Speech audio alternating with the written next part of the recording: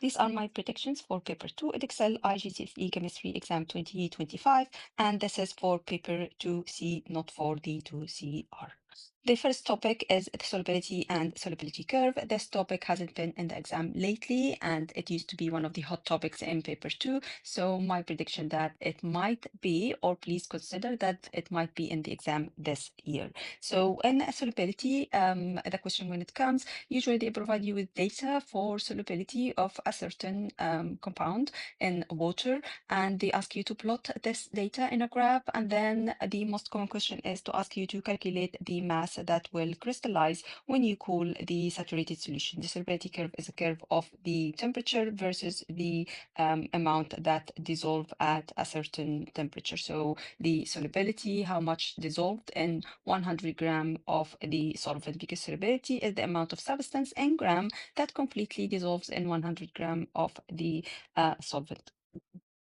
Solubility changes with increased temperature. Most of the time, especially with solids, it tends to increase. So when you do the crystallization, recrystallization process, you tend to cool your solution. And when you cool your solution, some of the solids will crystallize out of the solution. So they ask you to calculate how much crystallized. Remember, to do this, you need to calculate the difference between the solubility of that substance at these two temperature, and that difference will be how much will crystallize.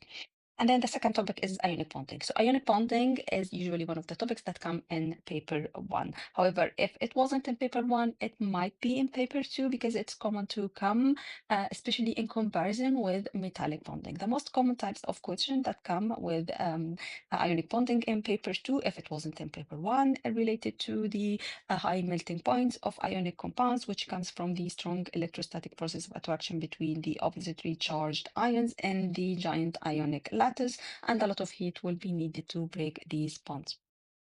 Also, the electrical conductivity of the ionic compounds. Remember, they do not conduct electricity as solids, as there are no free ions to move because the ions are held in the giant ionic lattice. They can conduct electricity in two other cases. The first one when molten, the second one when dissolved. This is because the ions are now free and they can move and carry charges.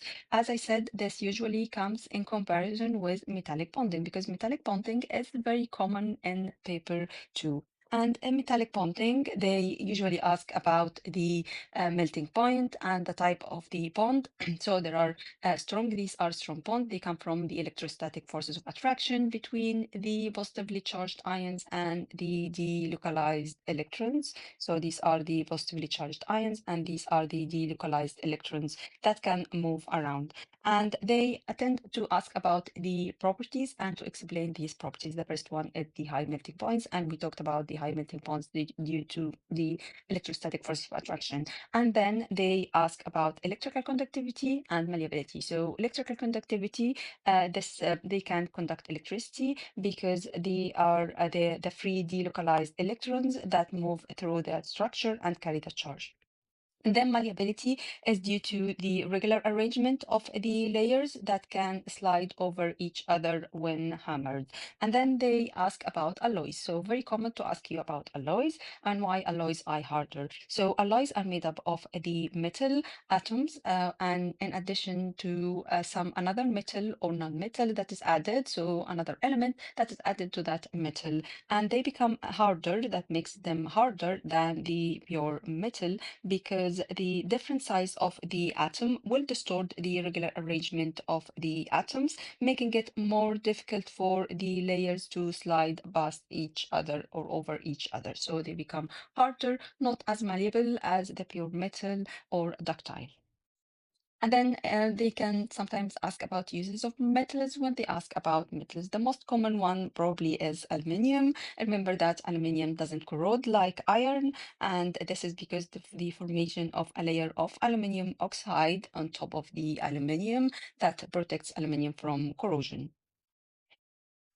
Reactivity trends in the periodic table, it's also common, and they tend to ask about group 1 or group 7. So remember that for group 1, as you go down the group, the reactivity will increase. And the increase of the reactivity is because the outer shell electrons becomes further away from the positively charged nucleus. So the electrons have less attraction with the nucleus and it becomes easier to remove. So it's easier to form the positively charged ions, so they become more reactive. And then the explanation for the group 7, as you go down the group for group 7, the reactivity will decrease. The decrease of the activity is due to the outer shell electrons are further away from the positively charged nucleus. So the electrons will become easier to gain in this case as you move down. Remember that group 1, the reactivity comes from loss of electrons. Group 7, the reactivity comes from gaining the electrons.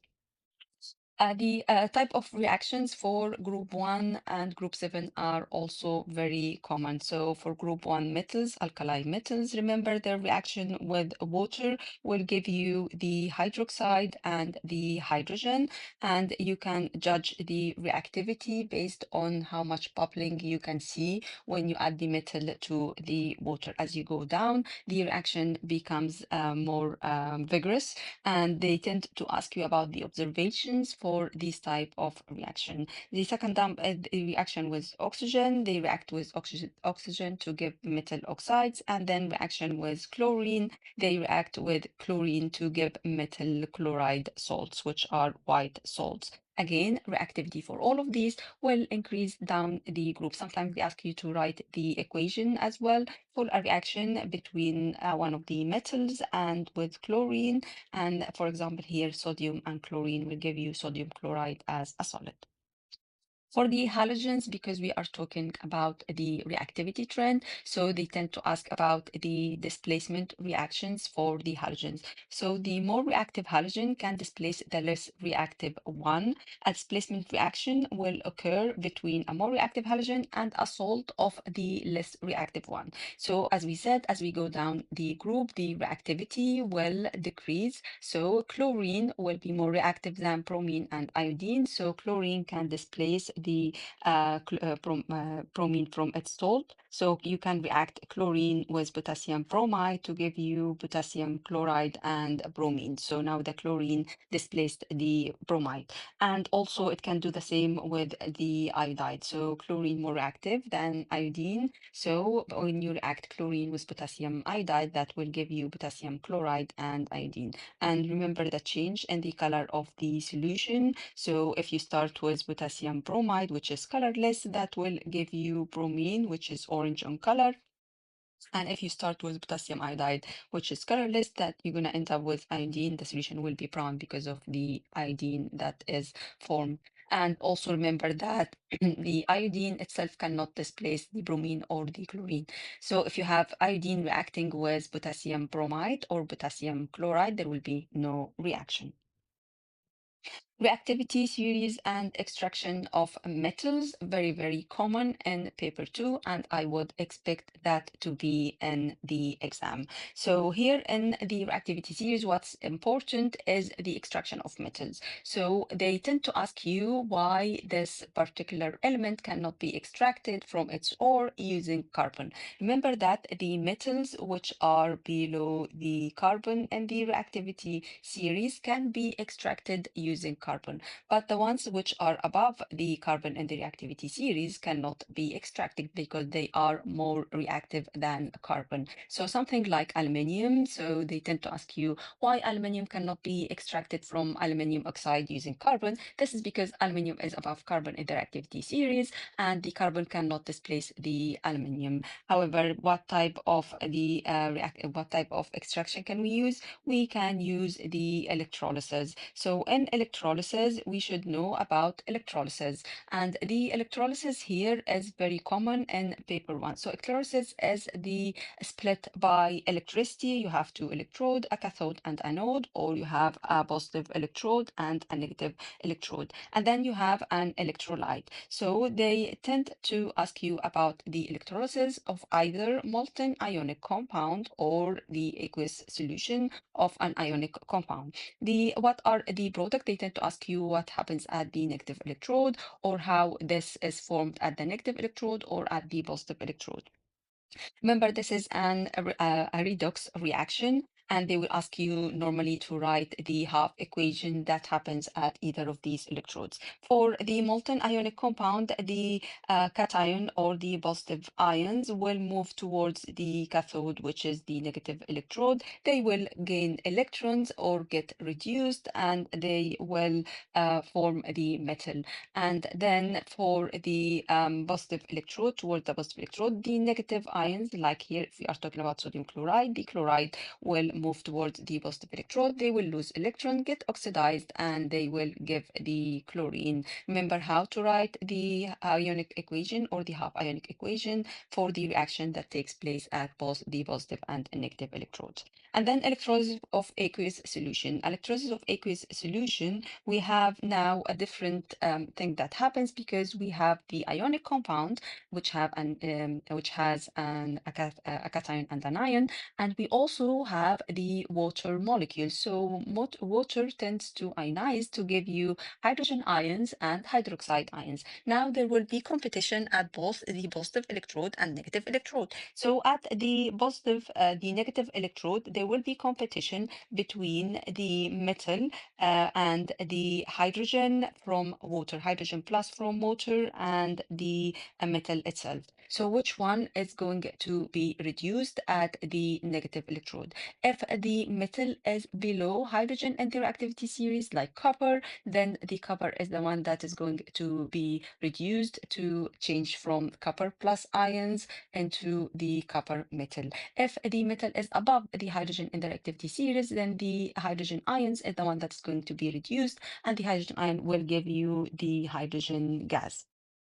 What about the positive electrode? At the positive electrode, there will be competition as well. The competition this time will be between the anion from the ionic compound and the hydroxide from water. So if the anion is a halide, then the halide tends to be oxidized at the positive electrode and will give you the halogen. So if you have chloride, you will get chlorine, bromide, bromine, and iodide, you will get iodine. But if you have any other anion like sulfate, nitrate, anything else other than one of the halides, then the hydroxide is the one that is going to be oxidized and will give oxygen at the negative electrode. Remember that they will usually ask you to write the half equation at either the positive or the negative electrode, and they will ask you why this is oxidation and why this is a reduction. Remember the oil rig, where oxidation is the loss of electron and reduction is the gain of electrons. Acid-base titration, this is very common, not just very common, definitely you're going to have a question about acid-base titration in your question. So what type of question they tend to ask about acid-base titration? They tend to ask you about the method, how to carry out the titration.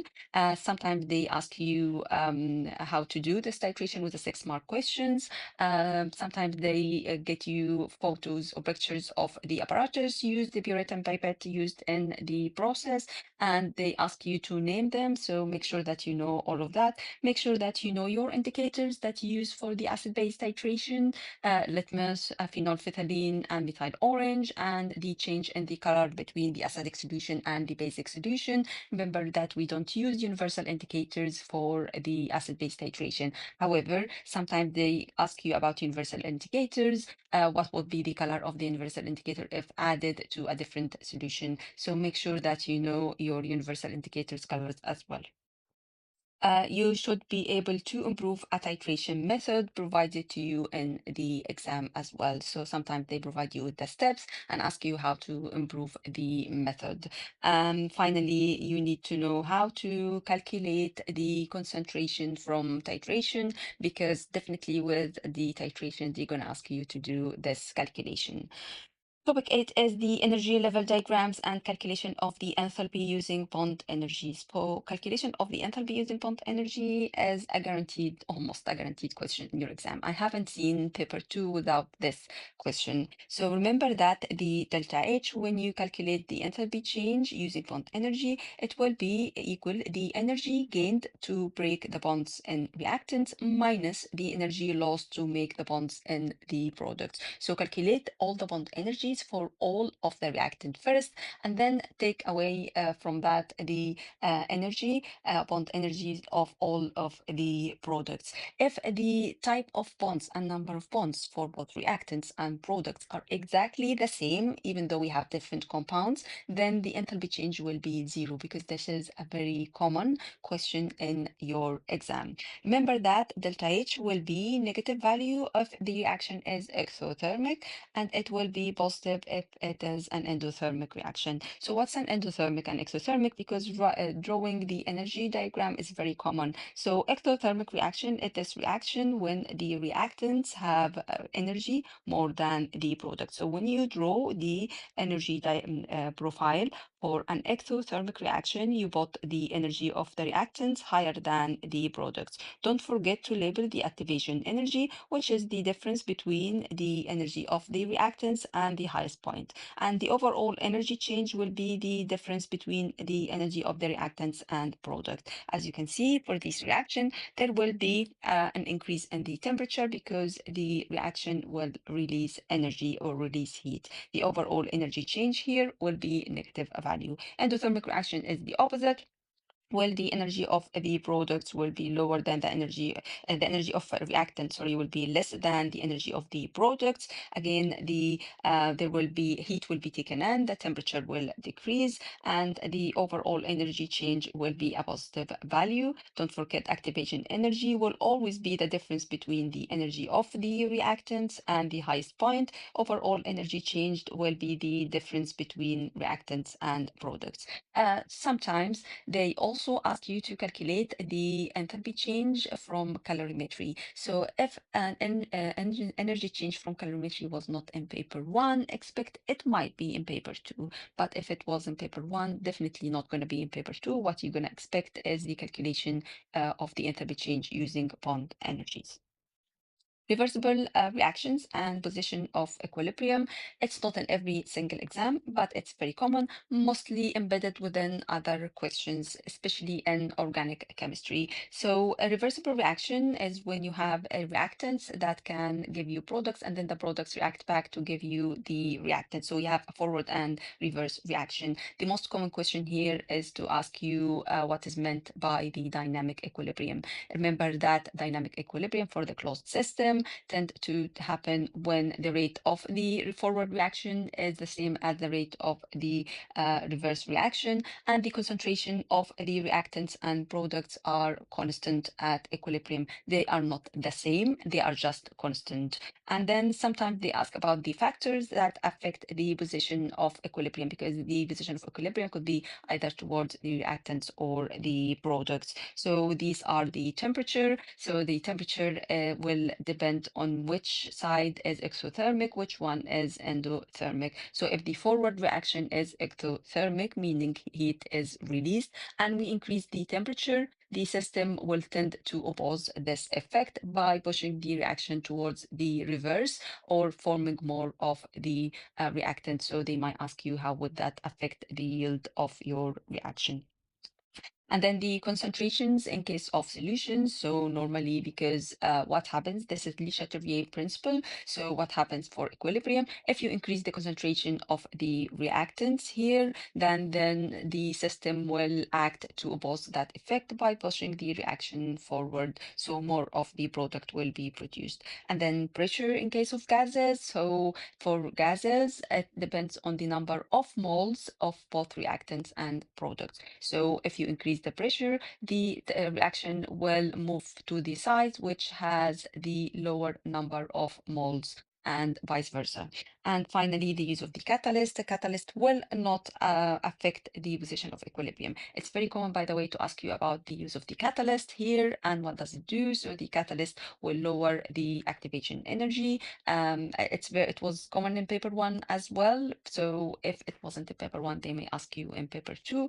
And to draw the difference in on energy profile, show the difference with the use of the catalyst. So the catalyst will increase the rate of both forward and reverse reaction at the same rate. So it doesn't affect the position of equilibrium, but it helps to reach the equilibrium faster.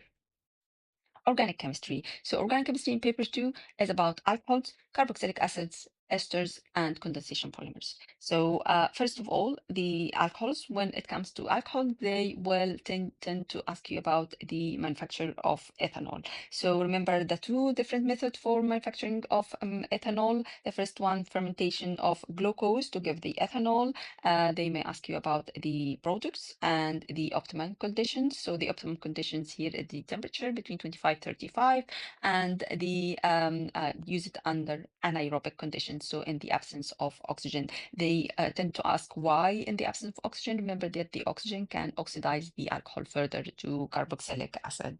And then the heat of ethene with phosphoric acid, catalyst with a temperature above 300 degrees and pressure between 60 and 70 atmosphere.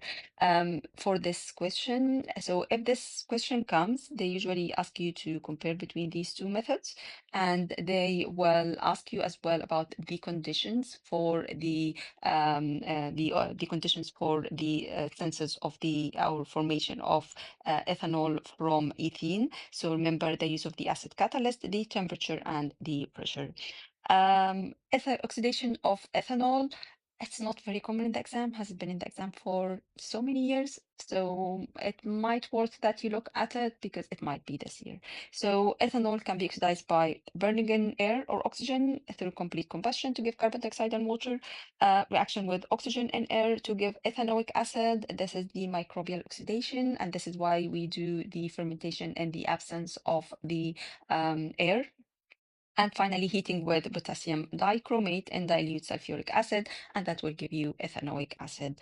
The acids and the esters are more common in paper two, even than alcohols. So, and with the esters, especially the esters, so the esters will definitely be in your exam. So make sure that you know your esters. So when it comes to the carboxylic acid, they tend to ask about the reaction of carboxylic acid with metals and carbonate. So with metals, that will give you the salt and hydrogen.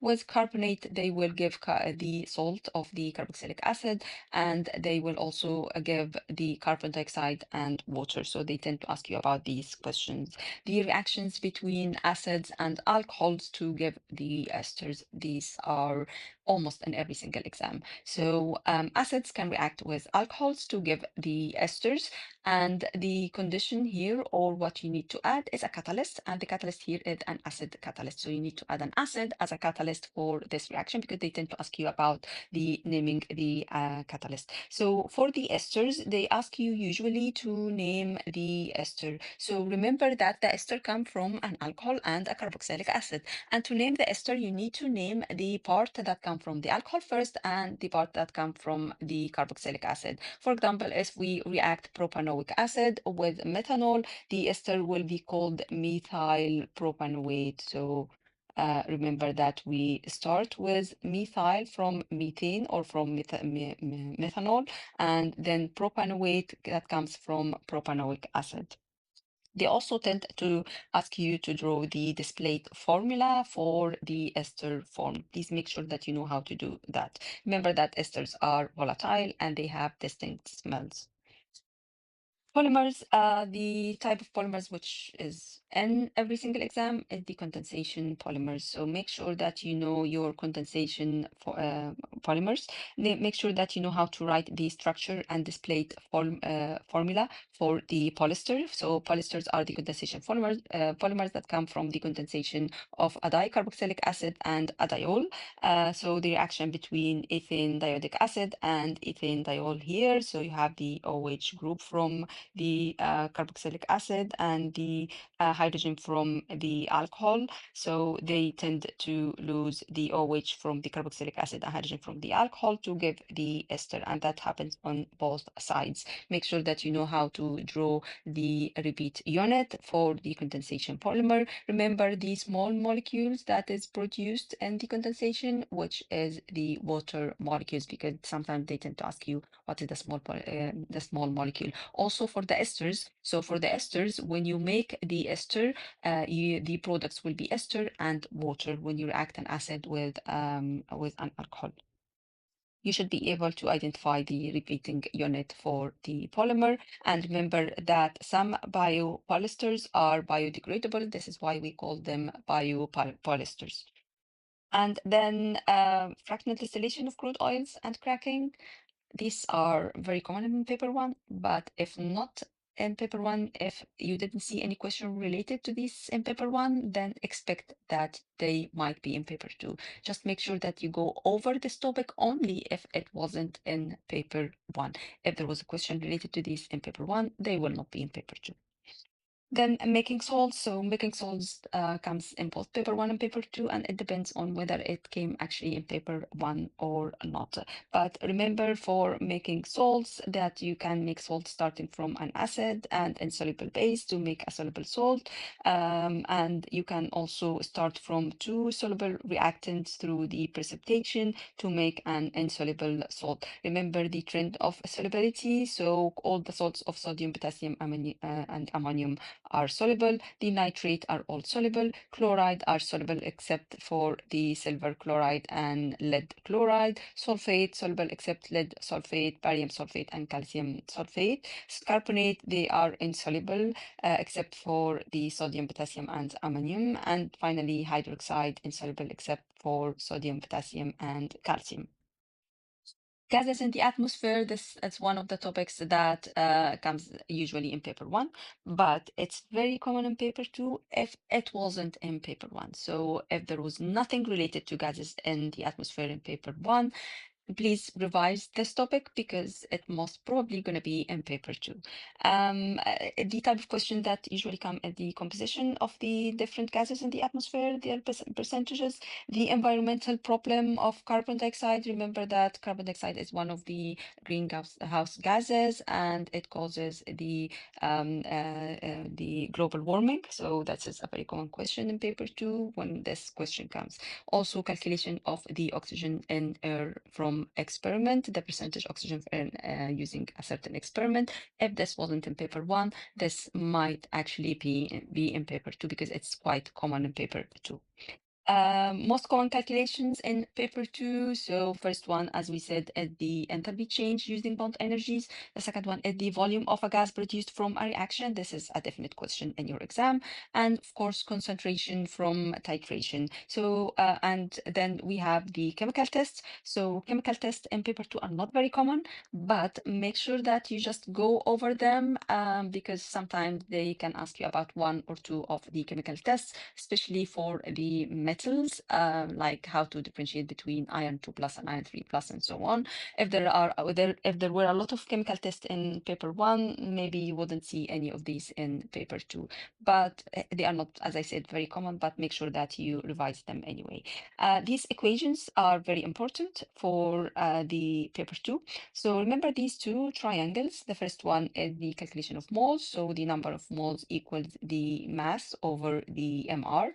And the second one is the the calculation of concentration, which equals the number of moles over the volume. And the volume here has to be in decimeter cubed. So if they give you the volume, and usually they do give you the volume in centimeter cubed, you have to change it into decimeter cubed by dividing by 1,000.